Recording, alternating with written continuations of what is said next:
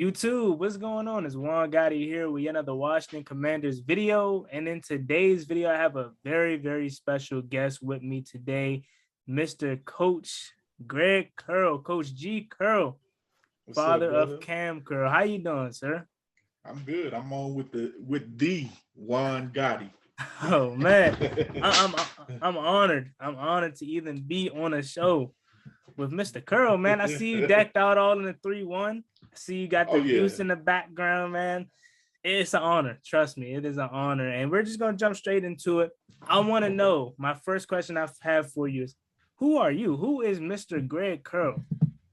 I'm just just a regular guy who regular dad, father, husband.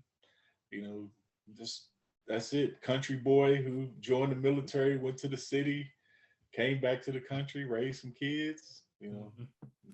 So for the people out there that don't know where you're from, where are you from? Me myself, I'm originally from a small all black town in Oklahoma called Taft, Oklahoma. Hmm. That's where Okay. I grew up. Graduated high school, joined the Navy, lived in San Diego for 20 years, Hmm. and then came back. I think Cam was like fifth grade, sixth grade when we came back. Hmm. So what was life like growing up? You said an all black town from your part of Oklahoma. What was life like growing up back then?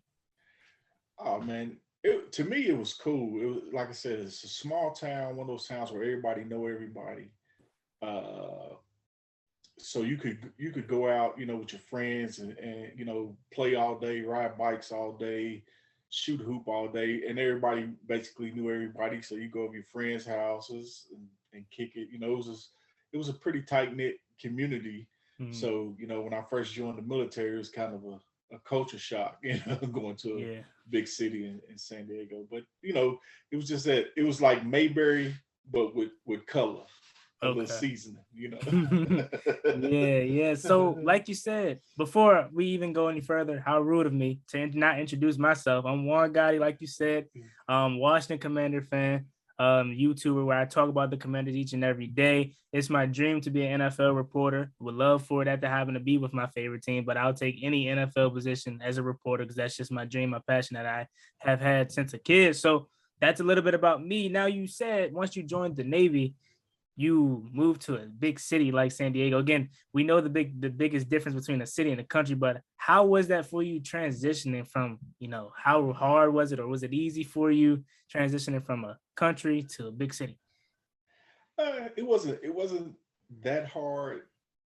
Probably because I was in the military, so I didn't have to worry about places to live and stuff like that where I was going to get it. Just moving around, learning how to use public transportation because I was in a small town. We didn't have buses and trolleys and stuff like that because you could basically walk from one end to the other end of the town. That's how small it was. Or, ride your bike and stuff. So Mm-hmm. learning to get around, learning the city and where stuff was and the rules of being in the city because big Okay. cities, there's certain parts of big cities, you ain't you might not be as comfortable or as safe going in if you don't know and stuff Right. like that. So just learning the city. Okay, okay. And my next question for you. So, Coach G Curl, you don't have that name just for any reason. You were a coach. And what got you into coaching? Why did you want to become a coach in the first place? Actually, Cam got me into coaching. He came Okay. to me at a real young age and telling me he wanted to play football and that was his dream and that was his passion. So we signed him up with football Mm-hmm. and I started out just helping because the football team he had a coach, but he didn't have anybody helping with him. So I started out just being a helper and then I just started studying the Mm-hmm. game Yeah. more because me and Cameron had an agreement that this is what he wanted to do, and I just told him I would help him as much as I can reach that goal. So I had to learn and study myself, Mm-hmm. to help him train and help him get ready for his position, and then doing that in the youth league for it was a few years, and then I got on at San Diego High School. One of my buddies that I coached youth football with had got a job there as a head coach, and he brought me in as the defensive coordinator, and then I started coaching high school ball from there. Okay, yeah, and that leads me into my next question. Did you play ball yourself or? I was a basketball player. Oh, okay. I didn't play football, basketball. Football was my passion, but basketball is what I had around me. Mm. My school didn't have a football team. That's how small it Oh, was. wow. And Okay. there was a school that wanted me to play football, but my mom wouldn't let me transfer. So I just stuck with basketball, played basketball, and ended up joining the Navy. Okay, yeah, definitely. That's interesting. So going back to when you started to really coach and you got the defensive coordinator job at the high school, how was that for you, man? I was nervous at first because I felt like, just me. I'm the type of person, I didn't feel like I was ready because no matter how long I coach, I always try to evolve with the game and I always studied. So, and then when I got into it, I was like, after a couple of games, I got a little better and I was like, okay, I got this. But I was a little nervous because uh, in California, uh, it's a little different than Oklahoma. Oklahoma, you got the classes with the 5A, the 4A, 6A, and stuff. In California, it goes Division 1, Division 2. Mm. And San Diego was a Division 1 school, so we was considered a big school. And I was like, oh man, competition is gonna be better. Yep. I'm new at this. Yeah. They're gonna try to come at me and stuff. But good thing I had some good people around me, to help me learn and teach. Some older guys, coaches and stuff that Yeah. helped me get it going. Yeah, that's great. I want to talk about when did you feel comfortable? When did you know, yeah, I can do this as a coach? I'm not to brag, but I'm kind of that dude when it comes to calling these defensive coordinator plays. When did you feel your best and your most comfortable? I think I felt my best is when we moved to Oklahoma and I started coaching here. I figured because I mean we was pretty good, Mhm. so I felt like uh, that was my best coaching because when I moved here I was thrown in the fire again because I started coaching a team and the guy that I was coaching with he was better, he was more comfortable coaching defense, so now I had to coach offense. Mm. And I was used to being a defensive coordinator, so now I had to learn offensive plays, but it kind of helped me because I knew how to recognize defenses, Right. Mm-hmm. you know, with coaching defense. So it helped me become an offensive coordinator and a head coach. Mm. So I started doing a little head coaching, so I knew both sides of the ball. That's Yeah. when I felt most comfortable. Yeah. And that's how it comes. More experience, you learn all phases of the game, special Yeah. teams, offense, and defense. So my next question for you that I have is, did you have a favorite team growing up? Yes. When I was younger, my favorite team was the Oilers, Houston Oilers. Mm. Okay. And, several reasons. And one was because I didn't want to be like everybody else, because everybody around here are Dallas Cowboy fans. I figured So, yeah. that. So I didn't want to go with the flow, but I really like the Oilers. And I think because in this area where I am, those were the only teams we got to see a lot was Houston Oilers and Dallas Cowboys. Mm. Because back then we didn't have the NFL networks and all these other channels and stuff. We Yeah. had ABC, CBS, NBS, NBC. So we got to watch local games. So the Oilers was my team, and then when I joined the Navy, living out in San Diego, I had became a Chargers fan. Mm. Yeah. So I want you to talk about being an Oilers fan. 'Cause, that's not even a franchise no more. Yeah. I've never experienced the Oilers. I know the Texans. I don't know the Yeah, Oilers. Um, man. so why Oilers besides Cowboys? Was there some specific players that you like? Who was your favorite player growing up on the Oilers? Whew, my favorite player, Earl Campbell. Earl Earl Campbell Campbell. Yep. was my dude, man. I had Earl Campbell posters. That I was a big fan. Yeah, You know, yeah. That's great, man. Again, a franchise that's no longer existing, and everyone Yeah. knows who Earl Campbell is. Even though I never seen him play too young, I know who he is because of Madden. Now, let's just be real. I know because of Madden. Yeah. But my next question for you, it kind of ties in with my second question I'm going to have for you here. How is it being an NFL dad? But before you answer that, we know how the draft process is for the player, Cam, to be exact. I don't know it, Yeah. but like I can just imagine it, Yeah. preparing to be drafted. How is the draft process for a parent? And how is it being an NFL dad? The draft process is for a parent. It's kind of crazy because you looking at it different, and it's kind of hard when you see all these experts and they really don't see the value that you see. Mm-hmm. So it's a little nervous because you see how hard he worked for this. You see how hard all the work he put in for this, and now sitting there waiting, it's in the hands of your future's in the hands of somebody else. So watching him go through that part, it was a little stressful. But then the roller coaster start going up, once it happened and the calls are coming in, but it was a roller coaster ride because you're watching him prepare for the draft, doing everything, and now we got to play the waiting game. So you're Right. anxious and it's scary. And being an NFL dad, it's cool.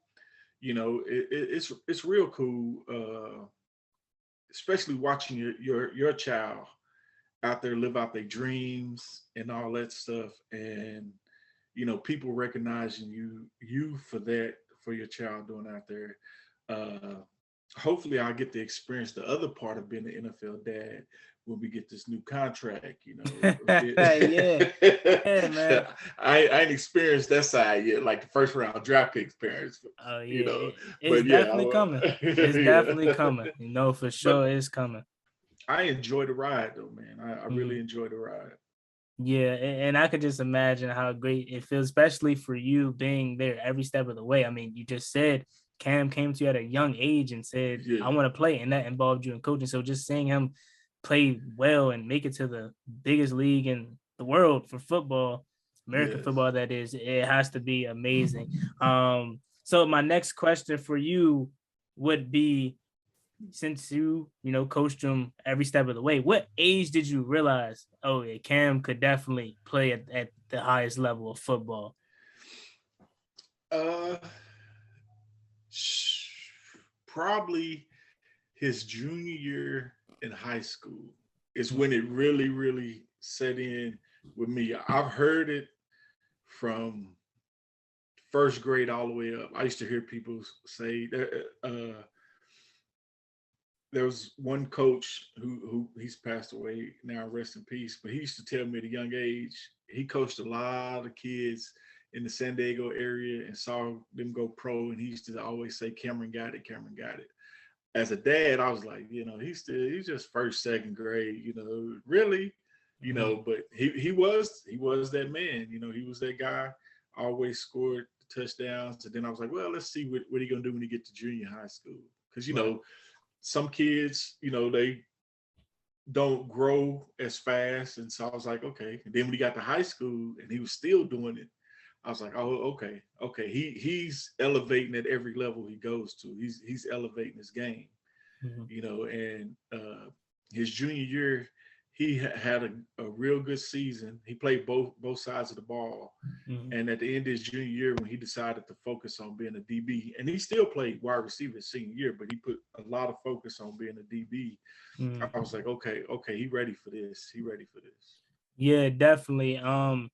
I want you to talk about high school and through college and whatnot, because I did a documentary for my channel on Cam, and I talked about his high school days and his college days. Like you said, and you'll see on the film and whatnot, like you said, he was that dude in high school. So it Yeah. translated to college. He went to Arkansas.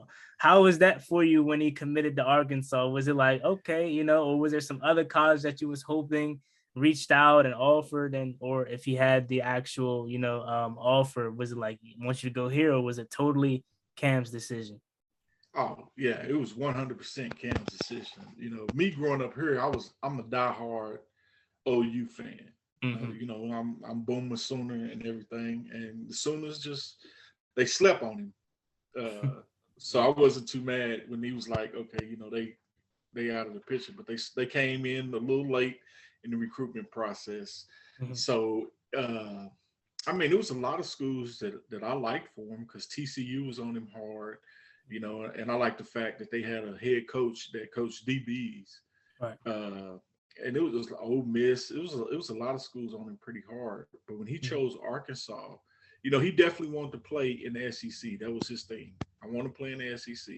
Mm-hmm. Uh, and Arkansas is pretty close. And you know, he liked what the coaches told him because he didn't want to be stuck in a bubble. And the coaches told him, you know, you come here, you get to play a little corner, you get to play a little safety, strong safety, free safety. You Mm-hmm. know, you gonna learn it all. And I think Right. that's what sold him on Arkansas because he was like, I want to be able to do that. I don't want to be just stuck in a box. Yeah, I can imagine. Now that we talked about college and NFL process or pre-draft process, what would you say is like a little harder and whatnot as far as the recruitment process for college, picking a college and whatnot, finding what's the best fit for the player, or would you say the pre-draft process is more stressful as like a parent? I think the pre-draft. Uh, Yeah, the Interview. pre yeah, the pre-draft is probably as a parent probably the most stressful because you want a team to pick you. In the college process, you picking where you know, kind of you Yeah. picking where you want to go if you got that kind of recruitment.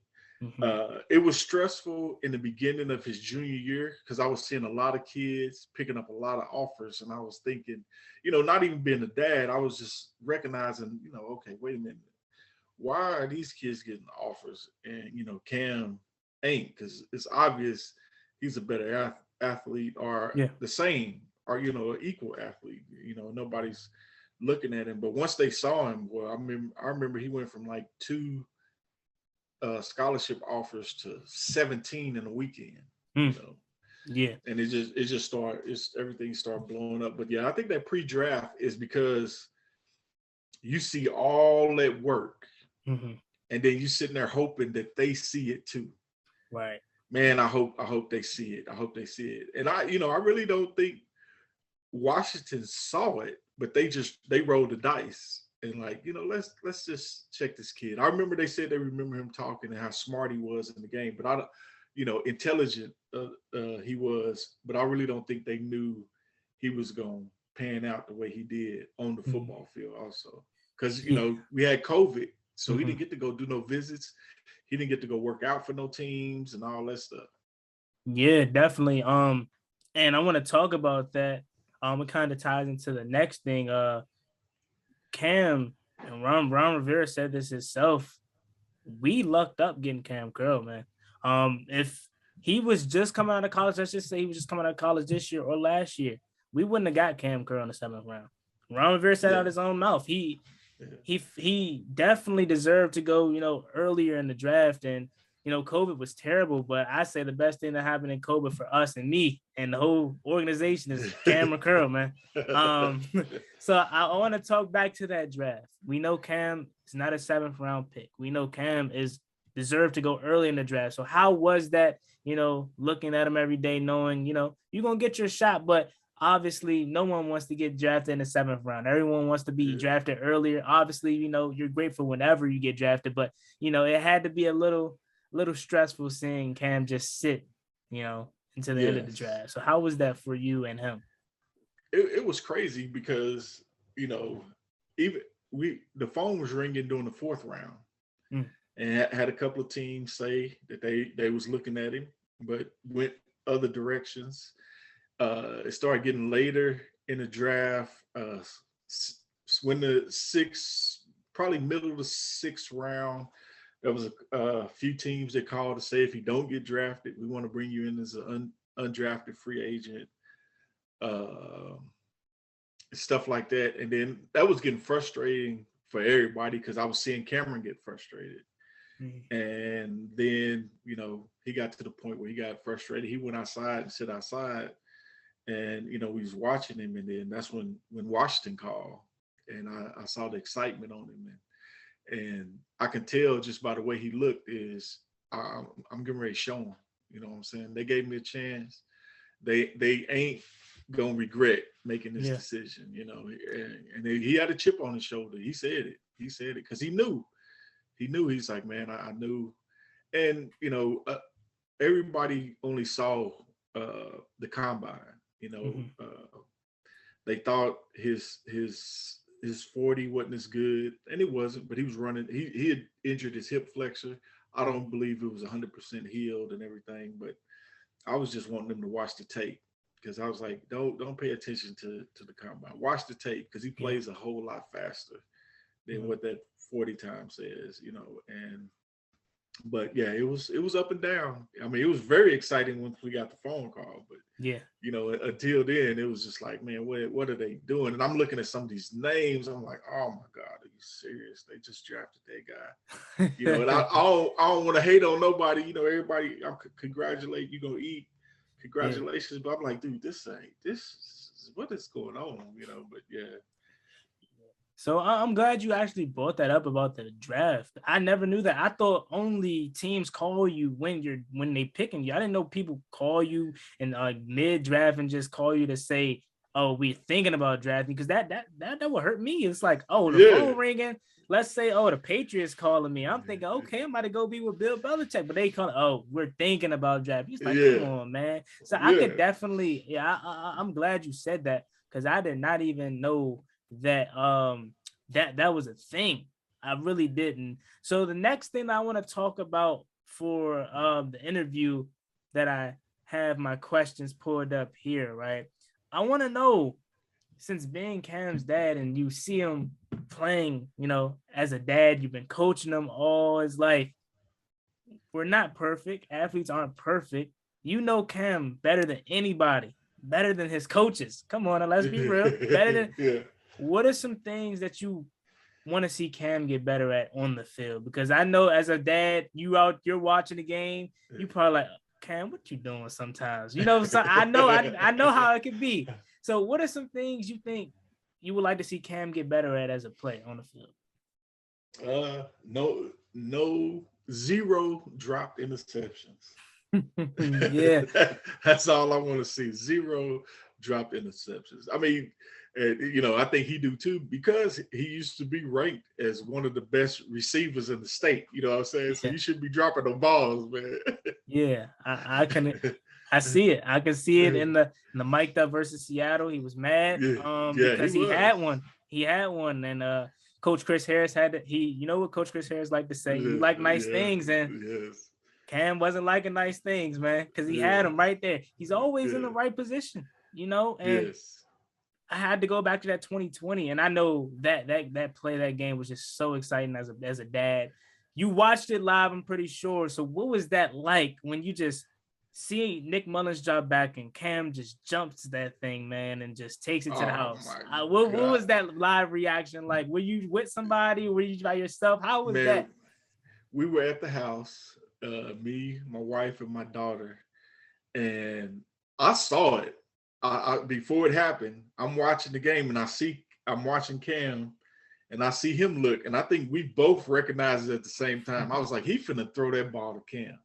And when that ball left his hands, everybody in the house just jumped up, and we was going crazy, and he caught it, he took off running, and my wife is yelling, go, go, and then he flipped in the end zone.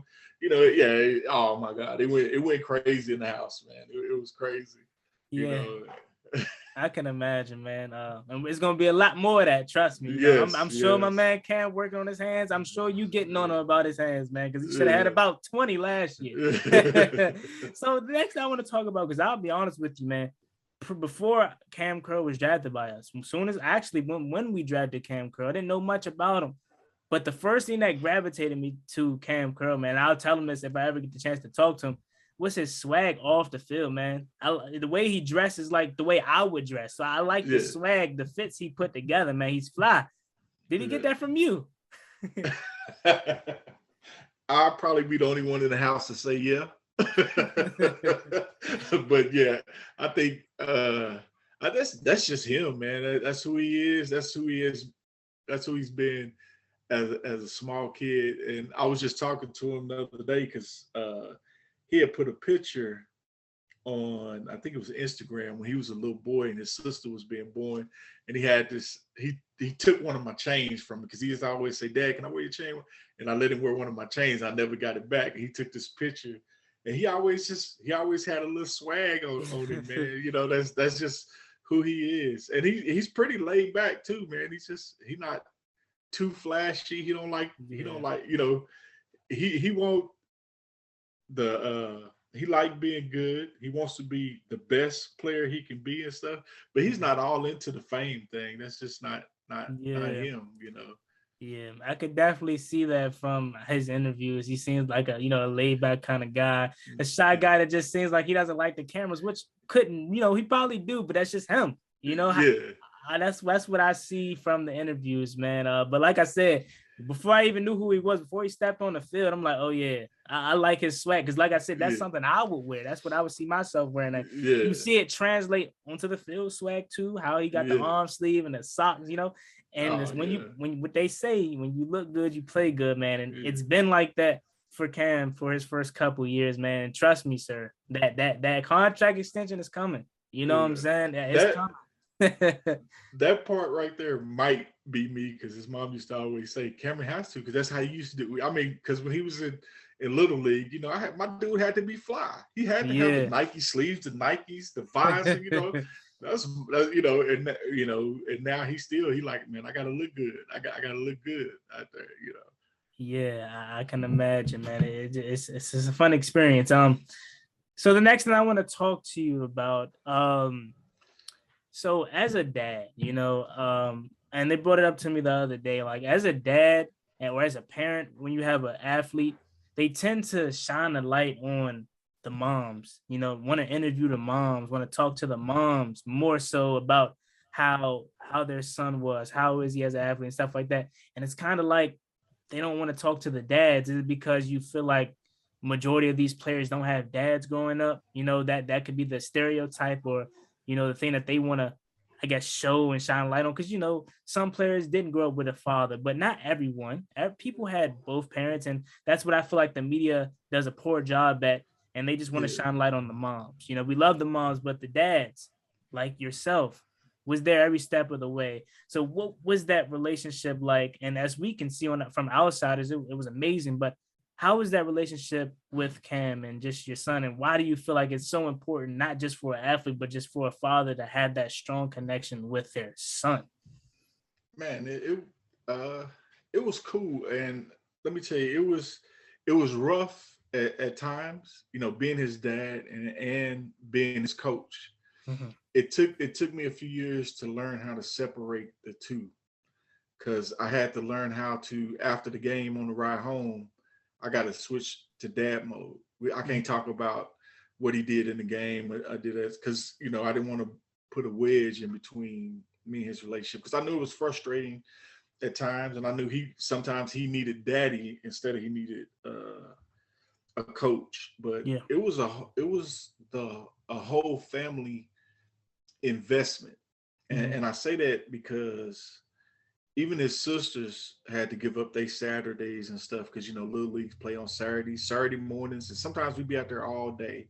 My mom was involved. She'd be in the backyard throwing passes, handing the ball off, because he played running back and playing catch with him. So it was a whole family thing. But yeah, that our relationship, I got to be around him a lot because I was dad and the coach. I mean, I was on the sideline with him all the way through his senior year in high school. Going to college, it was kind of rough, but I was glad that I could sit in the stands now and really watch him instead of have to be on the sideline and coach. But yeah, it was, I loved it, man. I wouldn't change nothing about it, only because I think our bond was real strong. Oh, yeah. Because we got to share something that we both fell in love with. I fell in love. I had already had a love for football because we watched it. Me and him would watch college football every Saturday morning. We watching pro football on Sundays, and that's what made him love it. He wanted to be on TV playing it, and it definitely bonded us. Yeah, man, and that's great, man. That is great.